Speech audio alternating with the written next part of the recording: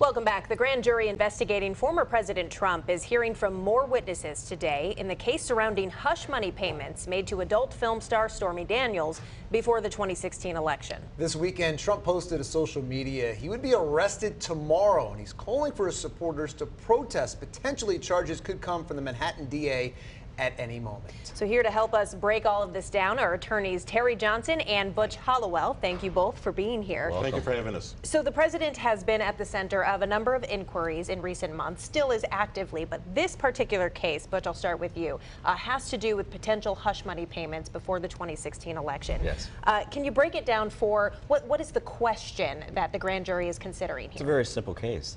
It is that you cannot use money to try to influence an election and then not report it. So this is a basic garden variety election law matter where two parts. One, you use a third party, to his lawyer, to pay off Stormy Daniels, and the second part is not reporting it. So you have to report campaign contributions to both the Federal Election Commission as well as under the election laws of New York State. So people are making it as a complicated case, but those of us who do election law pretty regularly, it's a pretty garden variety election case, and he's facing, if it's convicted, and nobody is above the law, 1 to 5 years under both federal and state law.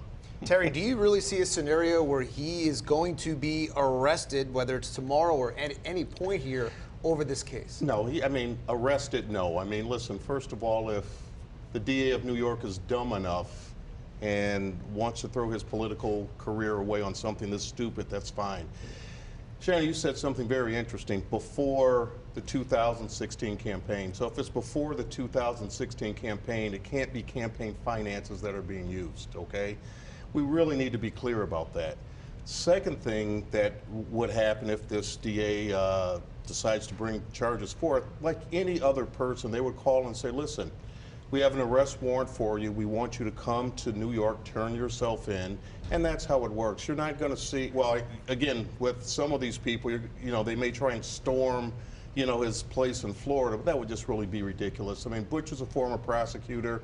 He knows how this works as well. Realistically, it's a phone call. Please fly up here and get yourself processed. It's not going to be difficult. Well, to take it one step further, it's unclear where he got that Tuesday arrest is coming. So that part is confusing. But would that phone call then be coming? Maybe that's what happens this week. Will that surprise you? His lawyers are in touch with the prosecutor's office right now, I can tell you that. Right. And I can tell you also that psychiatrists and psychologists call this projection. So having my supporters come out there and storm and make things. This means that I want to try to weaponize my voters, and so this is what we're seeing. And by the way, it's really clear this is not new. We've seen presidents under the federal gun or even under the state gun before. It was days before President Nixon was indicted that President Ford had to step in and pardon him in 1974. Iran-Contra almost took Reagan down. And you look at the Ken Starr investigation as to the Paula Jones matter, presidents are not above the law. And that is what this principle is. But a president has not been arrested in 147 years, right? So the likelihood of a president being arrested. The deal that they struck was that President Nixon had to stand down from office in order to avoid being indicted from the Justice Department for the crimes associated with Watergate. This is not new. But here's the thing, we use the term arrested, and when we think of arrested, we think of a police officer coming up to you, putting cuffs on you, putting you into the back of a car, taking you to the jail and being processed.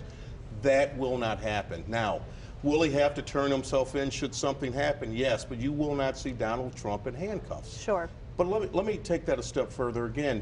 We're talking federal law here. This is a federal law question. This is not a New York State law question. And the New York State attorney has no jurisdiction to do that. That's just not true. That's not true. And I can tell you the statute,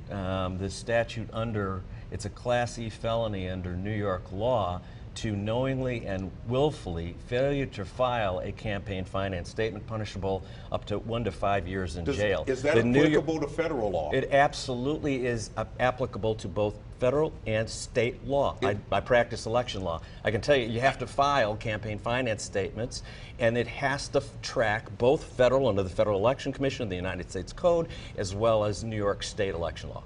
So what message does this send? I'd love to hear from both of you. Let's say this case does not proceed. What message would that send to other candidates for office going forward? Nobody is above the law. I can tell you that people get charged all the time as an election lawyer for failure to adherence to the requirements under the Federal Election Commission and under state law. You have to do that so that we have, and people say weaponization. Well, this is a president that weaponized the Electoral College. Don't go there. But you That's have not to true. have a weapon in the criminal justice system called an indictment so that people will conform to the rule of law. Realistically, if this were to go forward, this would be just another witch hunt, okay? This can be resolved by simply saying, you know what, you did this wrong, and you need to pay a fine. That's how a lot of this is handled. No different than Joe Biden right now with those classified documents. People say, well, he is the president, but he wasn't president at the time that he had So them. even if wrongdoing is found and the grand jury does decide there is enough evidence, you don't think there should be any forward movement? The grand jury is nothing but a group of people that are going to get together, and Butch, you know this as well, grand juries can indict a ham sandwich, okay? You've heard that from law school. Grand juries, however, this is important in this case. The prosecutor did not indict, the grand jury did. That's why it isn't politicized. He was smart. He took himself away from it. He let the grand jury do the work. And remember, this is the same prosecutor that declined to prosecute him on bank fraud charges. So he's been very careful. That's this guy's not a true. smart guy, Who and I brought the think charges he's to got the a grand strong jury? case. Can I ask one last question He here? brought the charges to the grand jury, so he wasn't that smart. They just don't get together and say we're going to bring charges. I think he's going to win. Let me ask one last question again. This is the final question for me. How does this affect his ability to run for president? He can run for president again, but how overall does this impact a potential You re-election? saw DeSantis take a shot at him today, you know, and also you saw the 6th oath keeper get convicted today.